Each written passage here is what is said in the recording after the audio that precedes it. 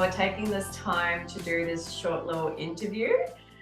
We were trying to get you to obviously attend the conference, but thankfully we have technology. So thanks, David. Do you just maybe want to introduce yourself, even though most of us know who you are, but, Sure. but yes. So my name's David Heilpern. I'm the Dean of Law at Southern Cross University. Prior to that, I was a magistrate for 22 years. And I see myself now as being a campaigner for people's rights. I'm the lead of Drive Change. That's probably all of the credentials that you need for now. I think you're being very, very kind by only talking about a very short part of your life. But anyway, so Drive Change obviously came about almost 2.5 years ago. And I think you'll agree that we thought it was going to be a very quick campaign, maybe 6 months at the most.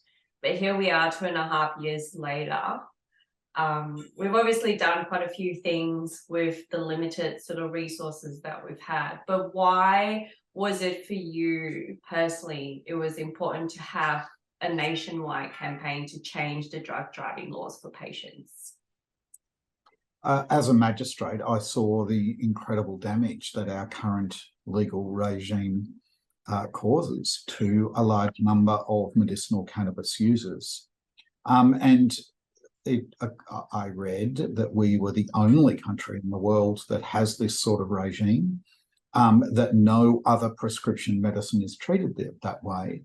But I also saw on a day-to-day basis the hundreds or thousands of people who were appearing before my court, about 40 to 50 every week, and a significant number of them had prescriptions for medicinal cannabis. They were no danger to anyone, and yet they were losing their license. They were becoming criminals. They were unable to continue to work, to continue to see their family, to drive their vehicles to and from their farms. And this just seemed to me to be inherently unfair. And hence, I welcomed the opportunity to join with Drive Change to try and change these laws. I did think it was very low-hanging fruit. I thought this was so bleedingly obvious. But there is a lot of powerful influences at hand to try and keep the laws as they are. I think I underestimated them.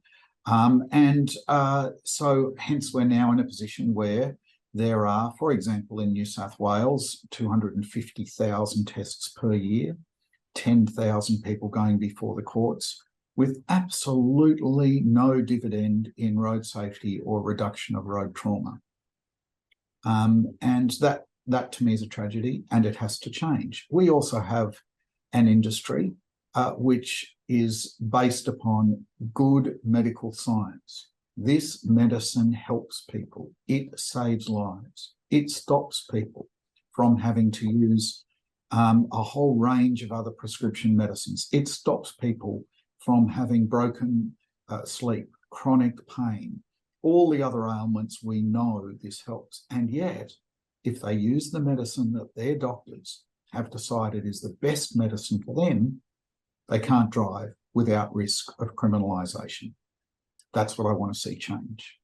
Yeah, I think it's so crazy to think that. I mean, obviously, my day job working at the dispensary, I think most of the time patients are just so confused to why, with other potentially impairing medications, it's up to the discretion of patients. If they're feeling impaired, they shouldn't drive.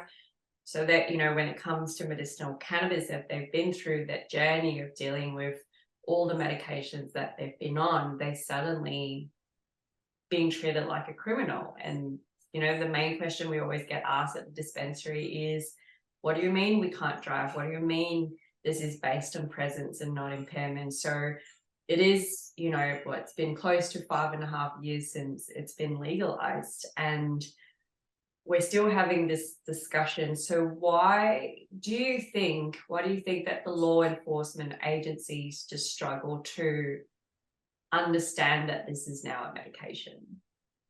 Well, I think there's two things in play. Firstly, there's just a simple hangover from the days when it was solely an illicit drug. There is no reason why you should have detection-only offences for a drug that's legally able to be prescribed, even if some people continue to misuse it in society. I mean, Valium is misused. Other drugs are misused.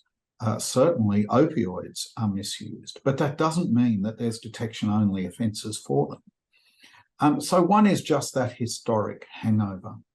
The other factor that I think is important is the financial imperative. Police are paid on a per test basis to undertake those tests. I don't mean the individual police are, but the police service certainly is, from road safety dollars. Money that could be better spent on, stopping dangerous roads and increasing education and stopping speeding, and driving under the influence, which everybody wants to stop. So they're the principal reasons. I think the other underlying factor is there is a real academic miseducation process taking place by linking presence of cannabis, presence of THC to deaths. And this is a mythical, non-existent connection where correlation is being confused with causation. The truth is, throughout the world, there is not a single death attributed by any coronial court anywhere to people taking cannabis as prescribed by their doctor. Tasmania, which has a defence, has seen no increase in road toll or trauma attributable to medicinal cannabis. Sensible countries like New Zealand, Canada, the United Kingdom, all have laws that provide defences for those who are using medicinal cannabis in accordance with their prescription. And we really just need to do it here. It sounds so simple. It does, but it is. There is no rational argument against it. That's what I find frustrating. At least when you were dealing with straight drug law reform, people could say, well, it's going to open floodgates. It's going to, the end of the world will be nigh if we allow this terrible drug to be prescribed. At least there was some sort of discussion you could have with them. But here there is just no evidence to substantiate the claims that are being made by road safety so-called experts that this is a risk to the community to change these laws. I have yet to see a single article in any academic journal that shows there is an increased risk for medicinal cannabis users to be able to use their medicines in comparison to all other prescription medicines that have risks. And I think, we've seen two different sort of states going two different ways in the last month. I think let's talk about the South Australia jurisdiction first. And that's gone completely backwards, not like how we anticipated for it to be, where, correct me if I'm wrong, patients are at the risk of losing their licenses on the spot. And why do you think this is happening in South Australia? Why was there a shift within police to actually, if anything, go backwards to what we're supposed to be changing? So South Australia has followed New South Wales with enabling police to remove people's ability to drive instantaneously upon them being detected. That is largely because the police were sick of prosecuting matters to courts, and magistrates were deciding to exercise their discretion of allowing people to continue to drive because they could see that if you're a prescription holder and you're not a danger to the community, that it was silly to take and wrong to take away your license. So this has been frustrating for law enforcement agencies such as the police, and hence governments have succumbed to the pressure of enabling the police to be the gatekeepers of people's licenses rather than the courts. And this is a shift in enforcement of law from the courts to the police. And it's a deliberate tactic to remove judicial discretion. So that's the South Australian story. Now, if you're a patient and you have a detectable level, you instantly can lose your licence before you have any chance to get to court, which can take 4, 6, 8 weeks. So no matter what, you'll be off the road. And that effectively removes completely judicial discretion. Yeah, that's absolutely crazy that we're having this discussion, but I guess that's why it's important to have, I guess, a campaign like Drive Change to actually be able to challenge law enforcement agencies in South Australia when this happens. But on the slightly positive side, I think we're starting to see some really, really good news in Victoria finally. I think, you know, obviously Rachel Payne has been doing an amazing job advocating for this in Parliament. It was debated last week. It was, in my opinion, fairly positive. And it was actually great to finally see the Premier actually coming out in a statement, in a press conference, actually saying that he does agree that these laws need to change. So I know you've been involved in the background with what's happening in Victoria. How optimistic are you? Look, I am optimistic. Both major parties have committed to change. And of course, I think it's fair to say the Greens and the Legalised Cannabis Party have always been in favour of this change. So we have a degree of unanimity. One point of caution, though, is that the reason for the pause in pressure is so that the government can get some advice on the cut-off levels and time frames and the like.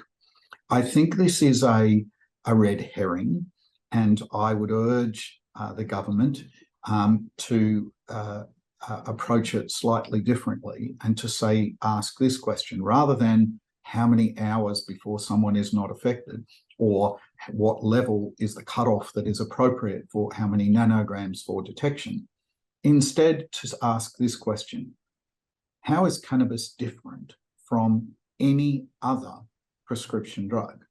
Now, if the answer is it's not, and of course it's not, we know that it's less dangerous than many prescription drugs, then surely it's between the doctor and the patient and the standard common law that applies to all other prescription drugs. So that if you get a prescription for Valium, your doctor will tell you about driving and the risks. The packet will tell you that. And if you drive with too much Valium in your system so that your driving is adversely affected, you can be prosecuted.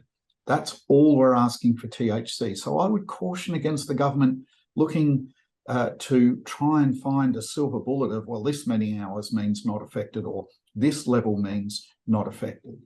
Instead, treat cannabis as you would any other prescription drug. Do it as a trial, if you like. Do it the same as Tasmania and most other countries around the world. But don't try to research your way out of a very simple problem. And I think that's actually what came out of the recommendations when the Victorian government actually put together a task force. And one of the things that came out of it was doctors having a tool to, based on a patient's dosing and everything, you know, what their fitness to drive is, which is what we usually do with other medications. So the solution is there, and that was based on the government's report.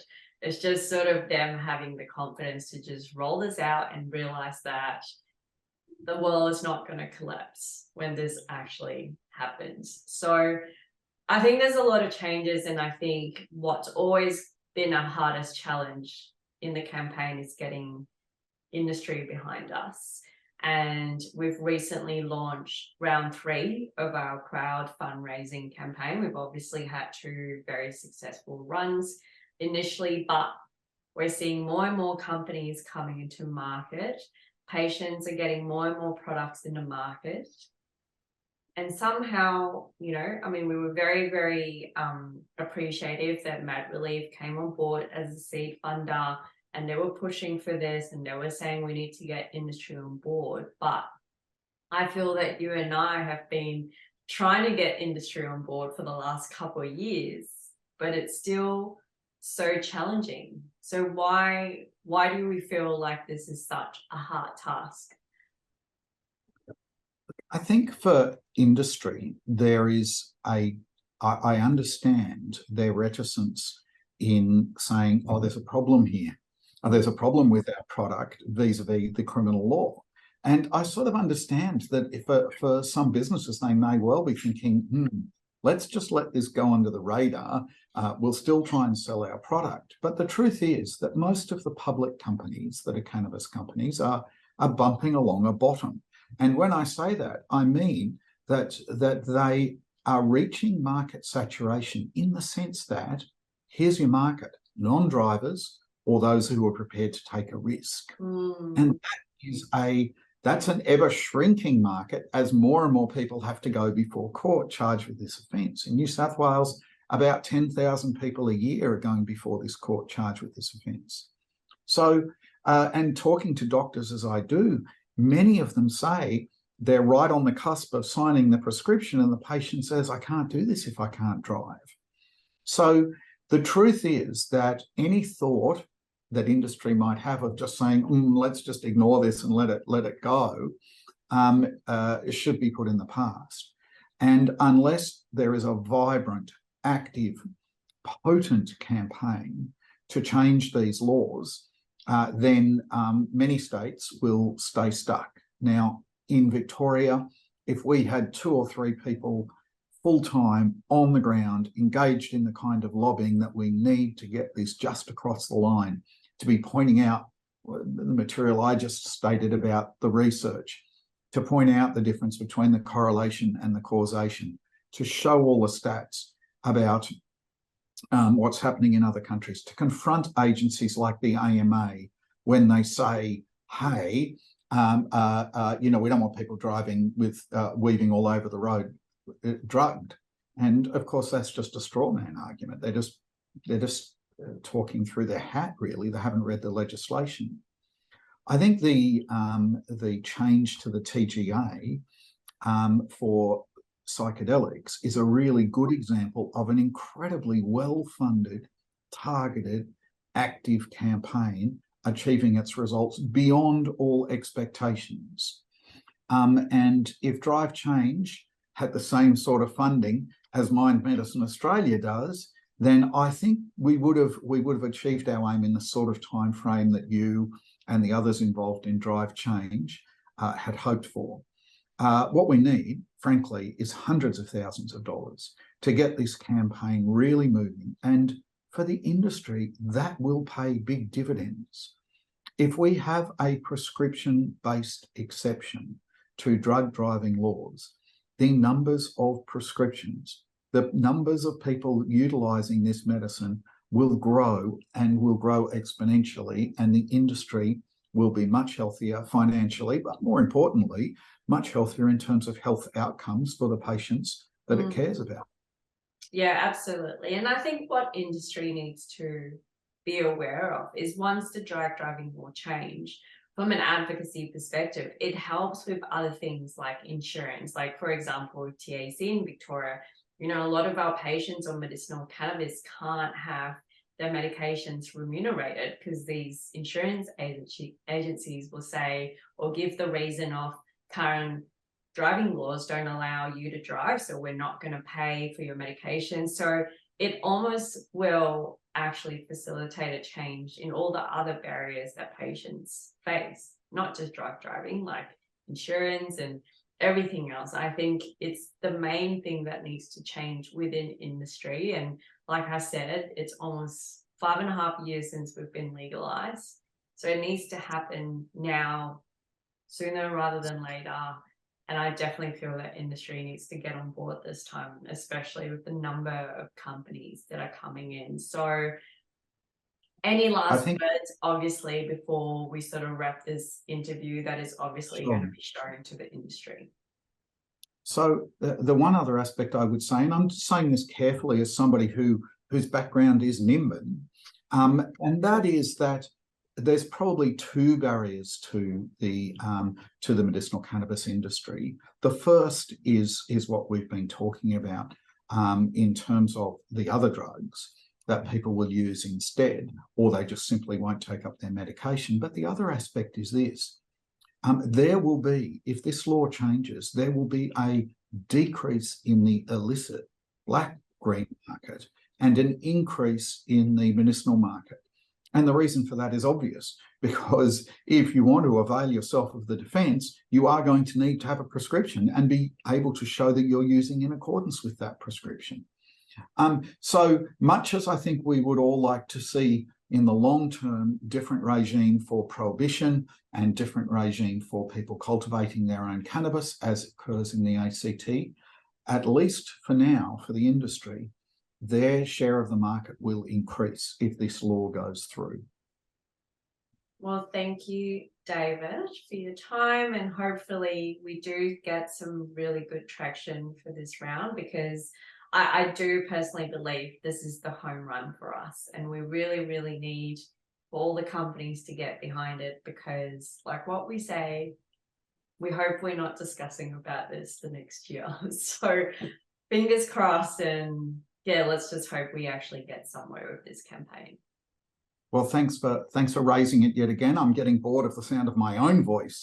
So let's hope that we get some law change pretty soon, so I can go back to my meek dean job rather than this. Thanks very much. Take care, everyone, and enjoy the conference.